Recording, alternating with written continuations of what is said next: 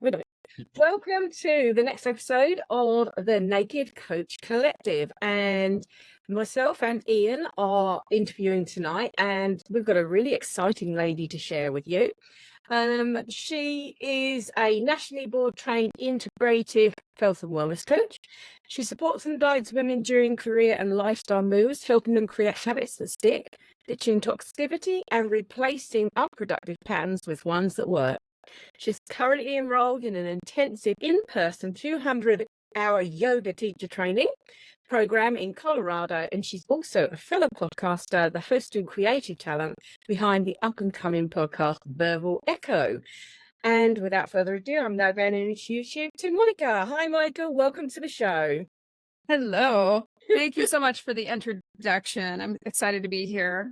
Yeah, it's lovely to have you there. I actually feel your introduction, having sort of followed you, I've been friends with you for quite some time on Facebook. Actually, it's quite understated with lots of other things that you do. But anyway, I'm sure you're going to share some of that with us. So, what I can do, Monica, is give our listeners a little bit of info into your background and how you've come to be where you are today.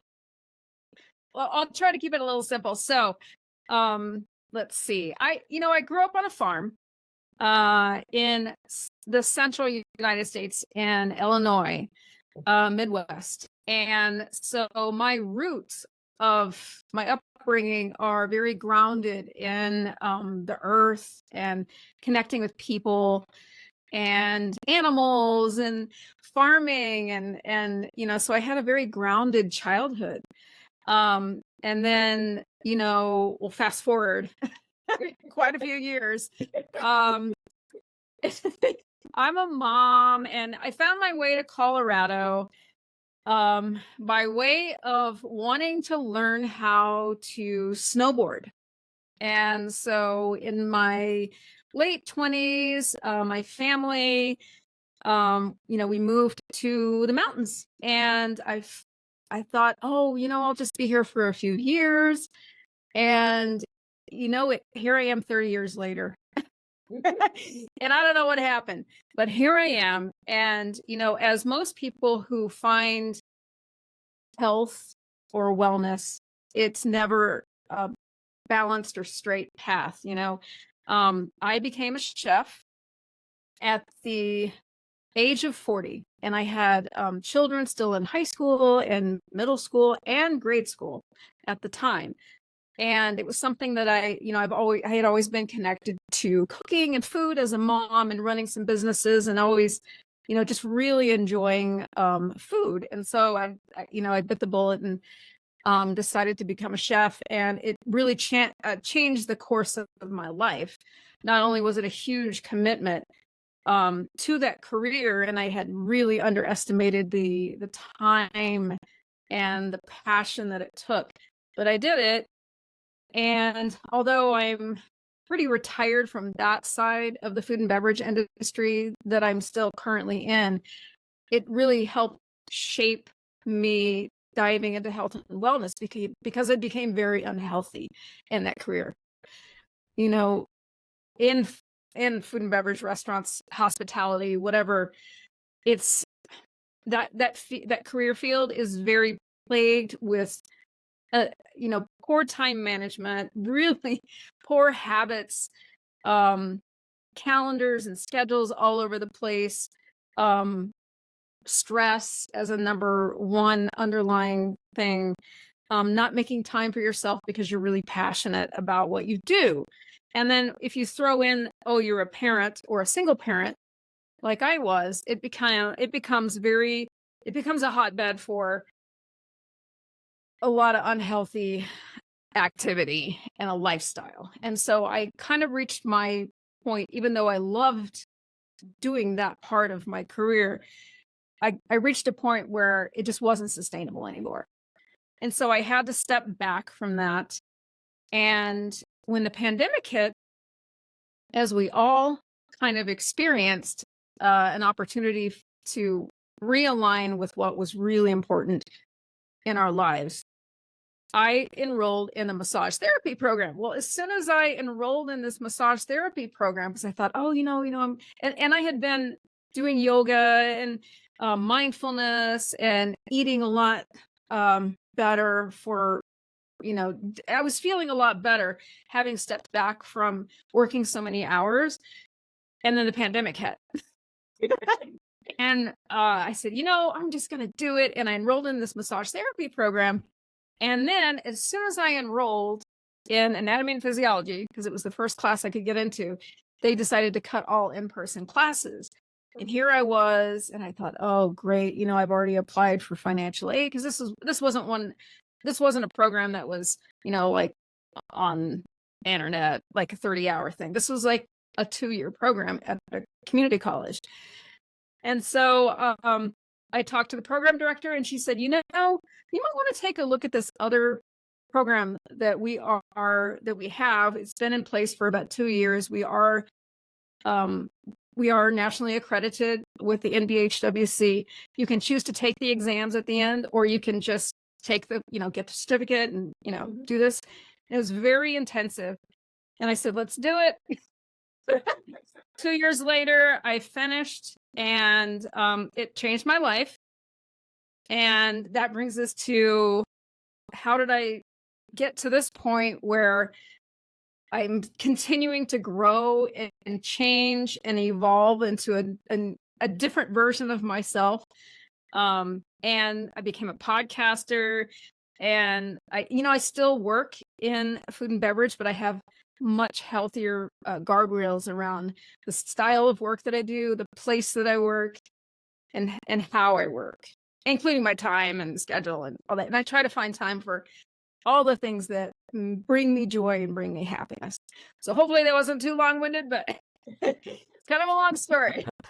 No, not at all. It's a really interesting story because I didn't know that about you. So it's really nice to get to know the behind. I think, unfortunately, the great thing about technology is that we can have this call that we're having to get today. But unfortunately, when we're scrolling and looking at people, we're very quick just to look at one thing or two things. So we don't ever sort of maybe read sort of into what's behind a person. So getting to know the behind you is really important for our listeners, definitely.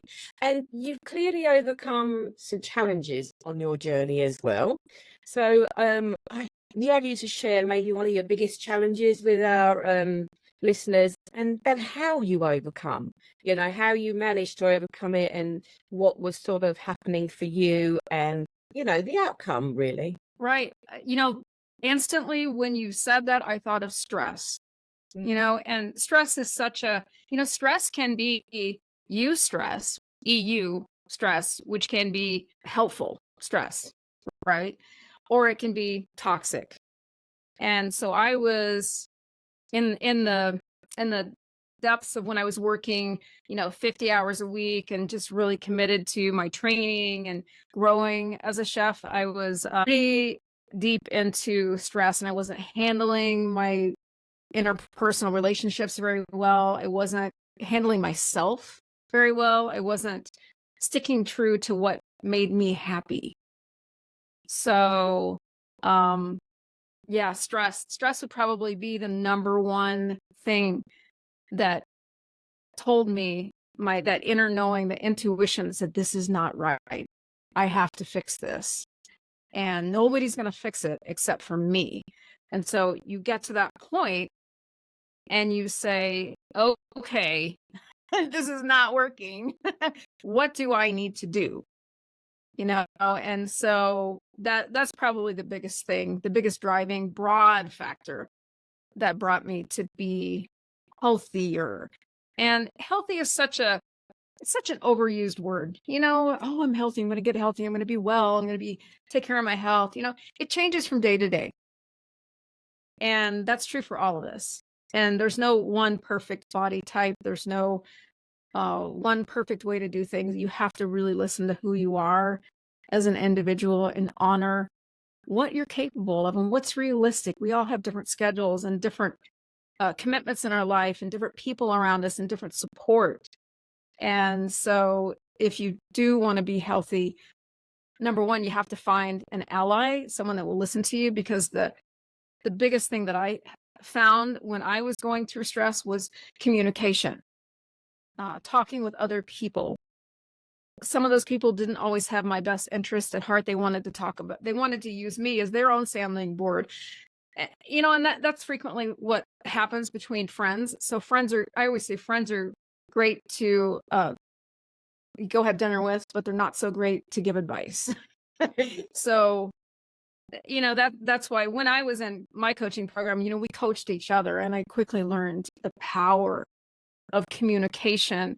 And if you learn to communicate and to actively listen to another's experience, then you can be that stress reliever, but you can also be sacred space for them to experience their own growth. Yeah. I wanted to say change, but I think growth is just a better thing, because sometimes we're not ready to change, but ultimately, even talking with another person who's actively ready to listen can be powerful enough for growth. Absolutely. Yeah. So Can I hopefully just I answered that. Go for it, Ian. Yeah, go for it. yeah, sorry to jump in. Well, I was just intrigued about all the hiking and dog hiking that you talked about. So I've got my little buddy Milo, who I take on walks every day, and we used to go into the mountains and everything, but he's getting a bit too old now, so he can't come with me anymore. So yeah, we just I love going out hiking in the mountains. Yeah, got all these Where do you? all those Norway pictures, and I went traveling around Scandinavia in the US and Canada. So yeah, I'm big into exploring and getting out there. And from my side, it really helped me when I was going through all that stress that I was with work, where I was, like I was saying, I was just shutting off and there's a fog of noise in my head. It just helped clear it. Just getting out there and going for a walk, going for a hike in the Lake District or something, or in Wales, would always just be a massive help. So yeah, from my perspective personally, again, like yourself, Monica, every person's different, but I highly recommend it so much. And there's a great group in the UK called Mountains for the Mind, and it's all about helping people find mindfulness and by getting outdoors and exploring. So yeah, if anyone's interested in that, check them out. That sounds nice. With regards to your stress that you're talking about, I feel it's important for listeners to understand some kind of key indicators of what stress that they may be going through. So from a personal perspective, on my side, I was working ridiculous hours as well, highly stressful job, and I'd be shutting down at the end of the day, and I would just have, my head would be buzzing with a fog of noise, and I just wouldn't want to talk to anyone. I just want to sit in silence because of noise in my head. It was almost a pain. It's kind of hard to explain really, but that's how the stress kind of built up in me. So how did it kind of materialize for yourself, Monica? Well, the stress response, it can be fight, freeze, or fawn. And that's the new one, fawn, which goes into trauma. But for me, it was freeze. I got so overwhelmed with stress hormones that I just couldn't act on anything. I just kept putting the shoes on and going to work and punching in and feeling miserable and complaining to everyone and being a Debbie Downer. I mean, I'm sure no one wanted to be around me, but I was just miserable, And thank goodness for the friends that did stick by me. They're just amazingly beautiful people. From all walks of life and all ages. And it's just amazing that I have true, deeply connected friends that were there to support me at my lowest, And I think for me, when I was under so much stress, I was probably not very pleasant to be around. And I think that's probably true for most people. When you're really stressed, you don't know how to deal with yourself. And so you certainly can't be at your best. But yeah, for me, for stress, how it manifested in me was to just freeze. Like I wanted to do all these amazing things. I wanted to go on, camping trips and spend more quality time with my kids and do fun things like art and hiking. And all I could do was just fold my laundry, do my dishes. It manifested in depression and anxiety. So, not listening to my intuition and not knowing how to get out of the stress. Um, that part was really challenging for me. Yeah. Who helped you, or what helped you get out of that stress? Was there a sort of particular What helps me get out of it? or who helped you, or what was it sort of that triggered you to help you get out of that stress? I think it was just my own fire. I've always had that. So not in addition to the friendships and the family and the support that I had around me. And I definitely want to highlight the importance of having support. It's very hard to grow when you do not have support. And support can be so many different things. Yeah. It can be defined so many different ways. Not only people, but it could be things. It can be activities. It can be creativity. It can be so many different things. Reading, like podcasts. Podcasts. I mean, it's so important. But we didn't have that when I was going through all this stuff. I mean, we had them, but I didn't even know about podcasts back then. But yeah, so what helped me get out of it? Just my own inner, I'm sick of this, I have to change fire. But that's just me. Other people that might not work for other people. No, something we all have a breaking point, don't we? We all come to a point where you say enough's enough and something's got to give, or like you say, you have the support, and then someone might say something to you that just triggers you to think this has to stop. I have to change. It has to stop now. And bringing you on to where you are today, because you do your videos, your garden. I know that from looking at your videos gardening, which I love because I'm a gardener myself. And also the pictures you sent me, amazing. You hiking, doing all sorts of different fabulous things. And obviously you're on this yoga course as well. Do you find that all of those things combined really help with your mental health, your wellness, your sort of positivity, all of that? Yes, I do. And when I say I am speaking from that place because my experience is just unique to me. It might not work for someone else, but for me, because I grew up on a farm and I was connected to the outdoors and gardening. I mean, I was growing a field of popcorn when I was 11 or 12. I got assigned to grow a 1/4 acre of popcorn, which did not turn out very well, by the way, because I was so little. But I had other interests. But I've always enjoyed the outdoors. And over my adult time, I've had different partners and relationships. And I was always drawn to people who enjoyed the outdoors as well. And so I got to experience so many cool things, so many different ways to express my love for the outdoors, whether it was canoeing, rafting, hiking, fishing, hunting, dog hiking. Oh, love hiking with my dog, mountain climbing, snowboarding, cross country skiing. Oh my gosh, I could just go on and on. But yeah, so I've always, and gardening also, and I've reconnected with that part of myself, because something about digging in the dirt, it's so grounding. And I've started writing and publishing stories on Medium, which is a really interesting platform. And I've just started this year. I'm a little behind in my goal of publishing every month, but in my defense, I'm in this yoga teacher training and it's very time consuming. I've had to read 6 books over the past 6 weeks. So I will get back to it. But so I'm focusing my writing. It's kind of like a blog, but if you've never checked out Medium, definitely check out Medium.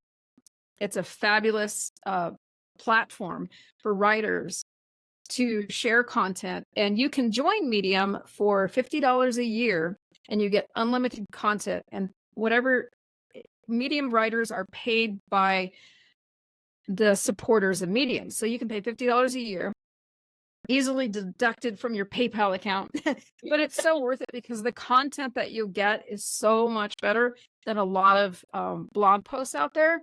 And the people who are on there are really trying to put out, there's no AI.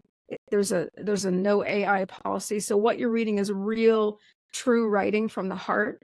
So I decided to share my gardening and permaculture and try to connect that somehow. I'm not sure how I'm going to connect it to yoga and wellness, but I'm working on it. It's a process. Brilliant. I love hearing about this, and it's really interesting that you touched on that too, because when you first asked the question, I thought of the phrase green therapy, and just being outdoors. We can absorb. I do a lot of energy work also, and so I know that being outdoors, there's so much energy around us, and if you can do things. There's this thing in permaculture where it's called sit in place, I think is what it's called, where you just sit on a rock or a tree stump or something, and you just observe. And it's just amazing how that energy can be so restorative to your soul. Absolutely. Yeah, So absolutely. I'm not 100%. surprised that the dog hikes. I love dog hikes. My dog is my best movement medicine, because every day we have to go. Yeah. And even when I don't feel like it, it's so restorative. Even when I'm dragging my feet or like, oh, I don't have time for this, but poor little Dixie is looking at me and, are we going, Mom? Are we going, Mom? And so I'm like, all right, let's go. And then, 45 minutes when I get back home, I'm like, wow, I'm really grateful that I have this and I have her. She's part of my movement plan. She's part of my mental health. Yeah. Yeah. So, if you want to, we've got an audience of a very mixed audience. Some are coaches or wannabe coaches, and some are people looking for coaches for various different reasons. So, if you sort of had a key piece of advice for, say, maybe the coaches and then the people looking for a coach, what would those pieces of advice be? Well, we can start with the future coaches, I think. So it popped into my head. Number one, if you are a coach, either fresh out of training or maybe you're experienced and maybe you know about this, but get training in motivational interviewing. Absolutely. You are not a coach unless you know this. Yeah. You have to understand how to actively listen. You have to understand the stages of change. You have to understand how to talk to people and how to listen and to make them a priority in this, and whatever space you're in, it's about them. And so motivational interviewing, just read the book. There's even a podcast out there on MI. And so that would be my number one thing. And then this just kind of, I'm just going to say this because there are people out there saying that they're coaches without training, but also there's different levels of training. But also I want to say you're not a coach if you're trying to sell a product. And I don't mean like digital downloads. That can be a supplement to your coaching program, and it can be a wonderful way to supplement your income. But if you are working for a company to sell, say, cleaning products or vitamins or nutritional supplements, that's not coaching, because your ultimate goal is to sell their product. So I'm just going to say it. Stop calling yourself a coach. Maybe you are a sales advisor.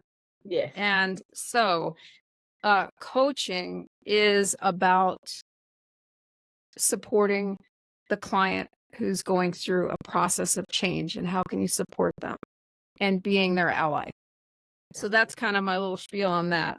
And then a couple other things, like learn how to be trauma informed. Understand that words can be really activating to certain people. And even if you do a little training on it or read a little book on it, you learn about grief. Grief pops up a lot, and grief can be masked by so many, some of these things are psychology topics, and we're not psychologists. That's not within our scope of practice, but we would do well to understand some of these topics that touch on psychology. Mm-hmm. So grief, gratitude, be well-rounded, be open to training, always learn Never stop growing, never stop learning. You know, Absolutely. a coach should always be in training. You're never done. No, absolutely. You're always growing. And Yeah. yeah. I mean, you just get better and better. And the more you talk to people and the more you learn and you collaborate with other people, it can be a really beautiful thing. Absolutely. Totally. Yeah. Totally. Well, and then, yeah, a couple of other things that I thought of that I'm kind of wanted to mention was don't be afraid to be generalized. So this kind of goes into marketing, I think. And I went down a rabbit hole for about a year following this marketing guru. And at the end of it, you know, I learned a lot about marketing and understanding that. And I think part of coaching is learning about marketing. But I also spent a lot of time following one person and I still didn't end up with any clients. And so one of the things they do is, you know, they push on you, niche down, specialize, do this, do that, you know, come up with your bio and your, you know, your mission or whatever, you know, whatever the buzzword is now. But I think that a coach can really coach to anyone. And as long as you understand motivational interviewing, you can coach anyone because it's about them. It's about any problem, any person, any situation. When you understand motivational interviewing, it doesn't matter who it is. You can coach about someone's broken leg. You can coach about someone's career problem. It doesn't matter. So I have a hard time, you know, I say that I work with women, but I have a hard time with that at the same time because I get into these conversations with just people, you know, whether it's coworkers or friends or whatever. And I find myself using coaching with them and they always walk away with, wow, you're really good at this. What are you doing? I'm like, I'm listening to you. I'm just listening to you. So that's about it. You're right though. Sometimes coaching is about who you connect with as well, isn't it? You know, we might, like you say, I might say women, but then you have a conversation with a man and you connect and you give value and you think, okay, well, that worked as well. That was good. You know, and yeah, so you are absolutely right. It is, I think, you know, when you work with someone, it's about you both being able to work together and both, you know, knowing that that, you know, the person that you're coaching is going to get to the final outcome and you can help them, you can facilitate, help them get there. So yeah, absolutely. Yeah, absolutely. Quick question, Monica, sorry. Did you say there was a podcast that people can reference back to? Oh, about motivational interviewing? Yes. Yes. And it is fabulous. Actually, one of the hosts is in Ireland. And as we are speaking, I'm going to look this up because I definitely want to tell everyone about this. Oh, okay, here it is. It's called Talking to Change is the name of the podcast. And I'm going to read this too. It's Glenn Hines and Sebastian Kaplan talking to Change. It's a motivational interviewing podcast, series of conversation exploring MI and its influence on supporting individuals and groups as they make positive health and lifestyle changes. Guests from across the world. Yeah, and it is absolutely fabulous. I started at the beginning and I just binged the first, 12 episodes and I learned so much. So even if you don't have time to take a course or read the book, there you go. I'm all about finding sources, but yeah, it's great. The hosts are just absolutely wonderful. Thank you. Yeah. And then Belinda, you mentioned talking to potential clients. So one of the things that I wanted to say, and I think I mentioned somewhere, is that you always hear this term safe space. Mm-hmm. And one thing I learned this weekend in my yoga teacher training is who gets to define a safe space. And it's not me. It's my client, whoever I'm talking to. So a better term would be a brave space or a courageous space. And I really like that. And I'm going to start using it. But it sort of embodies what I have tried to create with my own clients. And sure, we've got the tools, and you know, one thing I like to do is just to talk with people. And like I mentioned before, it's really about having a conversation. And how do you know where you want to go until you sit down and you talk with someone? And so many people want to change or grow, and they really don't have an ally. They don't have someone that will listen to them objectively. It's usually their friend or their aunt or their sister. And those people are great, and it's great to have, but they should be support. If you really want to grow, you need to have someone who can be your sounding board and listen to you with 100% undivided attention. And coaches don't try to change you, as we all know, but we are great listeners. And we're also great at asking you the right questions. And it's really about the questions. And one of the things that I really believe in is the power of communication and the power of our voice. And sometimes, you know, who Meghan Markle said, women have a voice. We just need to use it, or something like that. I want to quote her wrong. But I think that's really true. You know, we silence our own voice. We have it. We just don't use it. And so that becomes part of the biggest part of change and growth, is using our voice in a courageous space.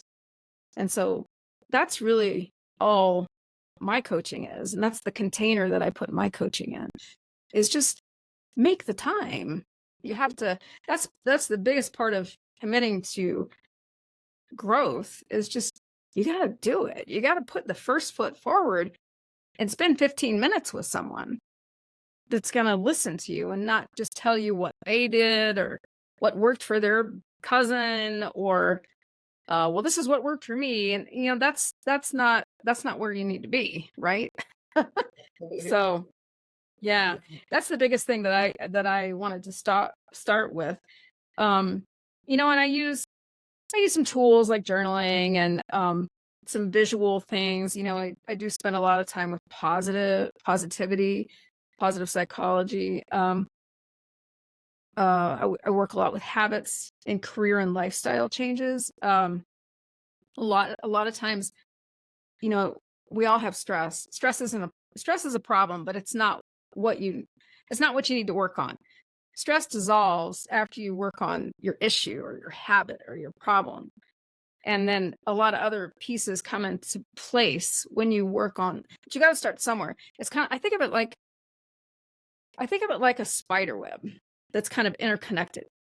You know, when you think about a spider web, it's all connected to all these different points, right? Where do I start?